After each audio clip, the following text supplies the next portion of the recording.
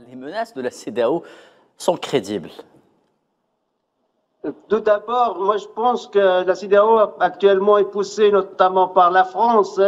Il y a des États qui travaillent pour le sol de la France plus que pour l'intérêt de l'Afrique. Mais il faut bien signaler que n'importe quelle intervention militaire au Niger de la CEDEAO est considérée comme une violation flagrante du droit international.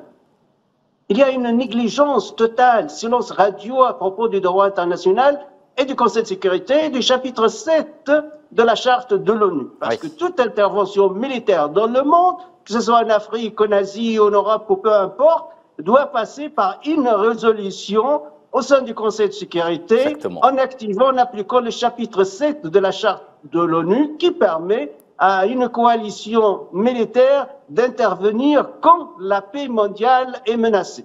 Au cas où la paix mondiale est menacée, on peut intervenir. Et les chancelleries occidentales, Paris, Londres, Washington, souvent sont très enthousiastes vis-à-vis du Conseil de sécurité et ses résolutions quand il s'agit du monde arabe, de Tripoli en 2011. Mais aujourd'hui, silence radio, on ne parle pas du Conseil de sécurité, on ne parle pas de l'ONU, on ne parle pas du chapitre 7 de la charte de l'ONU. Donc, qu'est-ce qui se passe? Ça sera s'il y a une intervention, c'est une intervention illégale, illégitime, qui ne respecte pas le droit international. Et ce ne sera pas la première en Afrique, justement, Abdul Karim Mahamadou. Comment le Niger, vous avez parlé justement des militaires qui, eux aussi, tendaient l'oreille vers Ghana, comment compte-t-il se défendre en cas d'une intervention militaire? Et qui sont les alliés de ces militaires, mis à part le Burkina et le Mali, qui se sont à maintes reprises, plutôt ont affiché à maintes reprises leur soutien conditionnel aux militaires ayant pris le pouvoir au Mali, au Niger, pardon. Alors, au Niger, le principal soutien des militaires, au-delà du Burkina et du Mali, comme vous l'avez dit, ils ont un soutien, en tout cas de certains pays, même si le soutien n'est pas militaire, quand même, ils sont de tout cœur avec le Niger. Et il y a surtout le soutien populaire. La population nigérienne aujourd'hui, et notamment à Niamey, où les gens sont prêts à être des boucliers humains, ils sont prêts à se constituer en brigade de sauvegarde de la patrie. On a vu aujourd'hui donc que des appels à l'enrôlement, en tout cas où on appelle les jeunes à partir de 18 ans de bien vouloir s'enrôler pour défendre la patrie. Donc voilà un principal soutien des militaires. Et ils sont sur le qui-vive, parce que selon les informations qui nous viennent un peu de l'intérieur du pays, notamment sur certaines frontières, telles que les frontières Bénin, par exemple, certaines informations font état d'un déploiement des militaires nigériens sur certaines frontières avec le Bénin, notamment à Malanville, et notamment au niveau de la Tapoua aussi, parce que c'est avec le Bénin. Il y a aussi sur les frontières du Nigeria, à Kamba, à Koni et un peu partout. Donc les militaires sont en alerte, ils sont sur le qui-vive, même si aujourd'hui, stratégiquement, en tout cas selon certains experts, s'il doit y avoir intervention, ce sera par les airs et non par la route. Voilà. Donc, mais les Nigériens, en tout cas, ils sont sur les... C'est-à-dire qu'il n'y aura pas de troupes déployées au Niger, si je comprends votre raisonnement. Mais la CEDEAO est prête à déployer des troupes. On a vu, on a entendu que le Sénégal aujourd'hui a prêté ses troupes. Oui, on va en parler du Sénégal, oui. À décoller pour rejoindre la base militaire française qui est au Gabon et d'autres troupes aussi, les Bénin et tout. En tout cas, par la route, les Nigériens sont très dubitatifs. Il doit y avoir intervention, ça doit être par les... Professeur Sidaoui, vous avez parlé du Conseil de sécurité, à juste titre d'ailleurs, vous avez évoqué le chapitre 7 de la Charte des Nations Unies sur les interventions militaires dans le monde, mais il y a aussi l'Union africaine qui s'est clairement positionnée contre l'intervention militaire. Washington, Alger, d'autres capitales ont à maintes reprises également déclaré la même chose. Pourquoi la CEDEAO s'obstine-t-elle à brandir cette menace et à ignorer ses appels à la raison, au dialogue et à la diplomatie? Bon, évidemment, pas tous les États. Il y a une divergence au sein de la CEDEAO. Pas tous les pays sont enthousiastes pour une intervention militaire. La dernière déclaration, c'est du président tchadien, parce que le Premier ministre nigérien a été en Tchad. Donc, ils ont dit, pas question que les forces armées tchadiennes interviennent au Niger. Et moi, j'ai devant moi la carte du Niger, elle est entourée par le Burkina Faso ne veut pas, est contre toute intervention, le Mali, l'Algérie, la Libye, le Tchad. Alors, qu'est-ce qu'il reste? Il reste le Sénégal et la Côte d'Ivoire.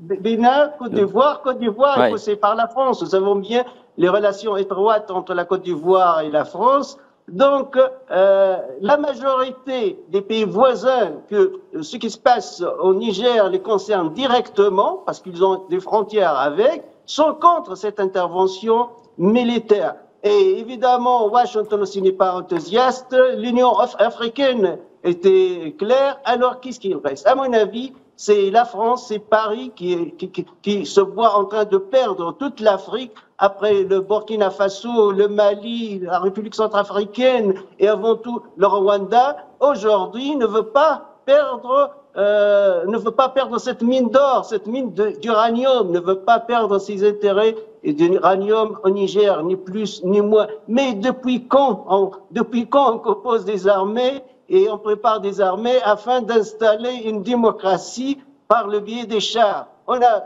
vu le modèle libyen en 2011. L'OTAN est intervenu, soi-disant pour la liberté et la démocratie. Ils ont cassé l'État libyen, l'armée libyenne et le peuple libyen est en train de souffrir jusqu'à nos jours. 11 ans ou 12 ans de souffrance pour cette fameuse intervention pour la démocratie. La même chose, Freedom pour l'Irak. Donc il y a toujours les intérêts. Cherchons les intérêts loin des valeurs, des principes et des démocraties. Et plus que tout ça, on a la population du Niger. Moi, je vois des manifestants en faveur du conseil militaire qui hissent le drapeau russe et qui brûlent le drapeau français. C'est révélateur. Donc, je vois la population du Niger ne se révolte pas afin de voir le président Mohamed Bazoum au pouvoir. Non, je vois le contraire. Donc, pourquoi on intervient? Il y a aussi un principe de la charte de l'ONU, c'est le droit des peuples de l'autodétermination. Ça veut dire, ce qui se passe dans ce pays, c'est une dynamique interne. Aucun État étranger n'a le droit d'intervenir, et surtout directement, et par le biais de la force militaire, dans cette dynamique. Très bien. Abdul Karim Mahamadou, alors, chef religieux et responsable politique du nord du Nigeria, on n'en a pas parlé, du Nigeria déploie des efforts considérable pour parvenir à une résolution diplomatique de la crise au Niger. Ils espèrent parvenir ainsi, plutôt prévenir une intervention militaire de la CEDEAO aux conséquences potentiellement désastreuses pour leur région, en sachant que le nord du Nigeria est mitoyen du Niger. Que pense-t-on de cela à Niamey, de ce soutien en quelque sorte exprimé par un pays au demeurant frère? Oui, le Nigeria et le Niger, notamment le nord Nigeria et le sud du Niger, ce sont des communautés qui se ressemblent. Ce sont les mêmes familles. Ils ont des liens séculaires. Donc, toucher le Nigeria, c'est comme toucher le Niger. Toucher le Niger, c'est comme toucher le Nigeria. Il y a en son temps un artiste nigérien qui a chanté, d'ailleurs, pour les deux pays en disant que le Niger et le Nigeria sont des jumeaux. Donc, toucher au Niger, c'est toucher au Niger. C'est voilà pourquoi aujourd'hui les leaders religieux du Nigeria sont venus ici pour voir un peu avec les autorités, les nouvelles autorités, quelles sont les solutions à privilégier, notamment pour trouver une solution heureuse à cette situation-là, pour une issue pacifique. Et tout le monde s'accorde à dire que c'est la voie diplomatique. Mais on ne comprend pas pourquoi le CEDEAO s'entête vraiment à intervenir militairement. Et tout à l'heure, le professeur, ce qu'il a dit, c'est un secret de polichinelle. C'est des questions géostratégiques, c'est des questions d'intérêt et ce ne sont que les intérêts de la France aujourd'hui, qui a des vallées dans la région ouest-africaine. Il y a le président Ouattara, excusez-moi, je n'aime pas indexer les gens, il y a le président sénégalais. Pourquoi tout cela? Ils ne savent pas qu'aujourd'hui, si le Niger s'embrase, on risque d'avoir un deuxième Libye dans la région.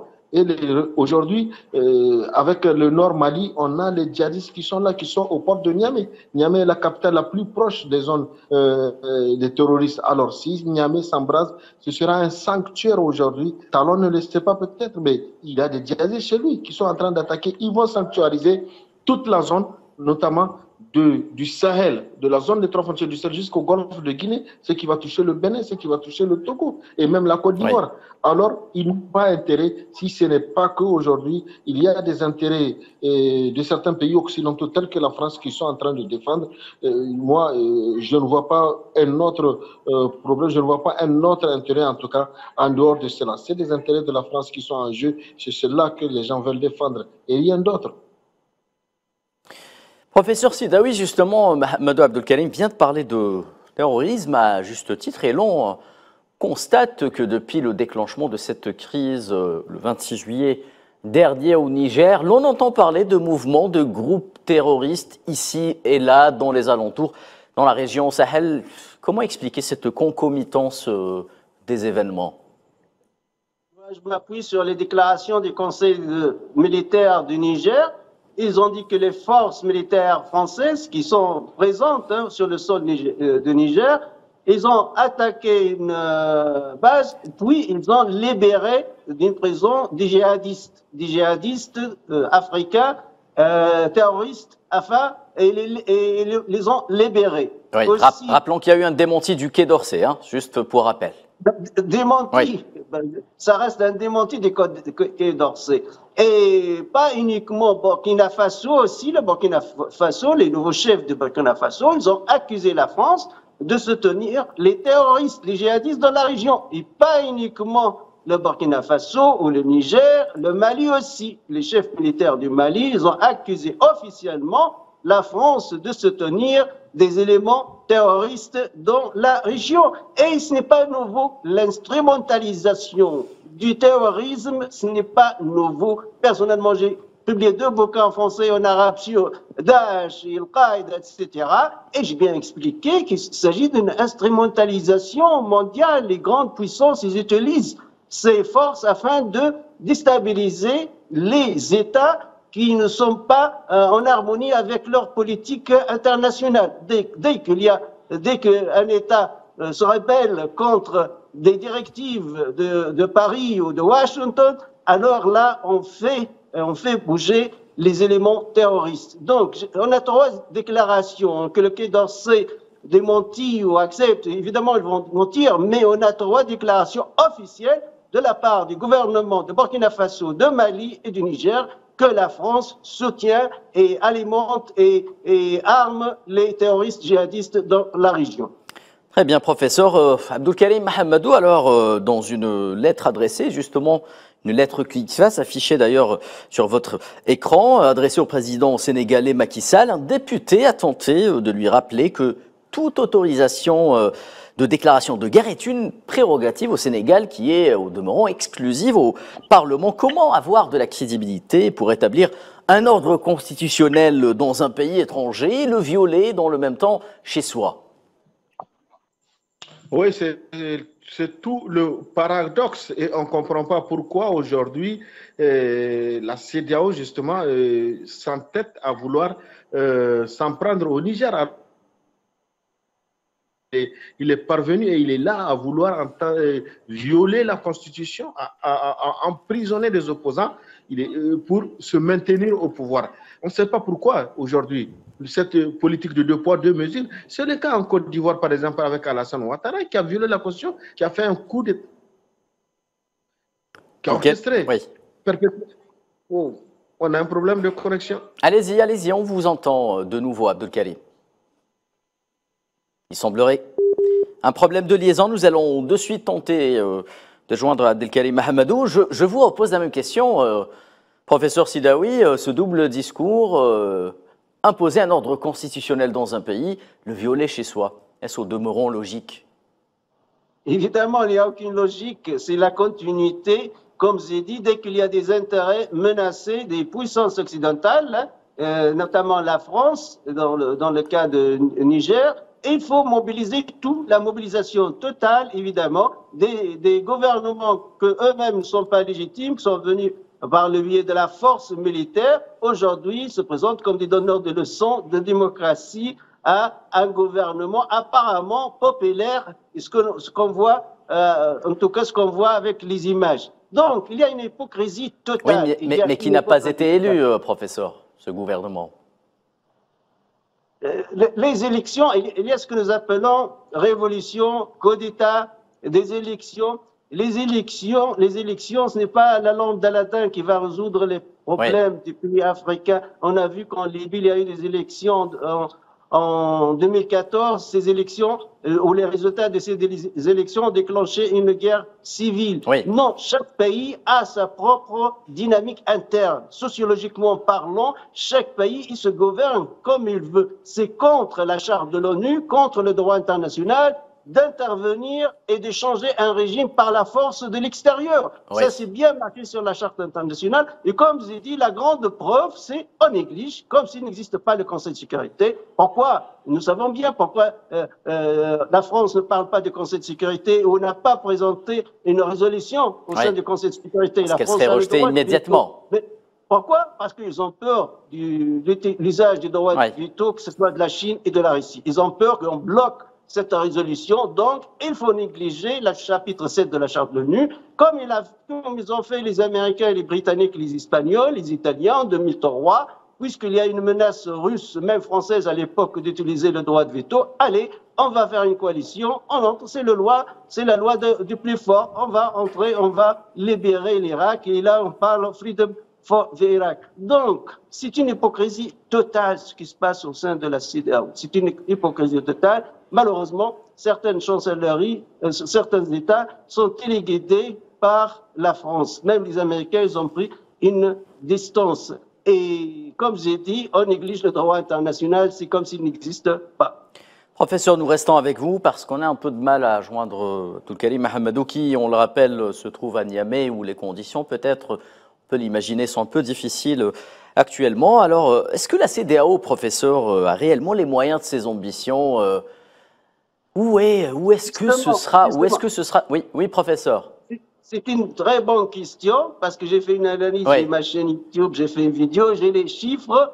À part l'armée nigérienne qui se compose de plus que 200 000 hommes, le reste de ces États, ils ont des armées qui se composent entre 10 000 et 15 000 hommes. Oui, mais Ouattara parle de contingents ivoiriens, d'autres contingents sénégalais qui vont être déployés. D'où justement cette force militaire va venir Et au plan africain, si vraiment il n'y a pas une intervention française directe, au plan africain, ils n'arrivent pas, ils n'ont pas les moyens militairement. Ici, le Burkina Faso et le Mali qui ont menacé aussi d'intervenir militairement, on est dans le Niger. Et Wagner aussi, et je comprends moi les dirigeants actuels du Niger, s'ils sont encerclés partout, évidemment, ils vont chercher des alliances, soit Wagner ou autre. Je vous repose la question autrement. Dans ce cas, est-ce que ce sera une autre guerre par procuration que se livreront des puissances étrangères dans la région du Sahel? Moi, je pense que le scénario possible, il va être planifié par la France. Ça veut dire intervenez vous militairement d'une façon symbolique, et nous, on finit le travail. Nous, on a les moyens, parce que la France a les moyens. La France a des bases militaires. Oui, naturellement. Voilà, donc la France a les moyens, les hélicoptères, les avions, les chasseurs, peut bombarder, etc. Donc, et la France ne veut pas se montrer que c'est elle qui veut changer la donne, et c'est elle qui est dérangée par le nouveau chef du Niger. Donc, on pousse ces pays africains, ces pays pauvres comme la Côte d'Ivoire, etc. Faites-vous symboliquement, disez c'est à votre nom, mais à votre nom aussi, on va détruire, on va utiliser nos armes de destruction massive, nos missiles, nos hélicoptères, nos chasseurs, etc. C'est un scénario très probable parce que techniquement, tous les experts militaires, ils ont dit non, ce n'est pas envisageable, ce n'est pas facile. Parce que finalement, le gouvernement en Niger va armer la population. Ils ont fait un appel à tous les jeunes qui veulent porter d'armes. Ils vont distribuer les armes. Ce sera une guerre populaire, une guerre de guérilla. Et avec le soutien de Mali, Wagner, Burkina Faso, et en plus la mobilisation tribale aussi. On n'est pas dans une société occidentale, là, on est dans des sociétés tribales. Avec la mobilisation tribale, évidemment, et on peut pas envahir le Niger. Ouais. Mais je pense que le scénario français, c'est on compte plus sur les forces françaises que les forces africaines. Très bien, professeur. Merci. Votre franchise, comme d'habitude, ne laisse aucune place au doute. Merci également à Abdulkarim Mahamadou, qui était en direct avec nous depuis Niamey au Niger et que l'on a perdu au cours de cette émission. Mesdames et messieurs, c'est la fin de l'échiquier international. Passez une excellente soirée sur Al 24 News. À demain.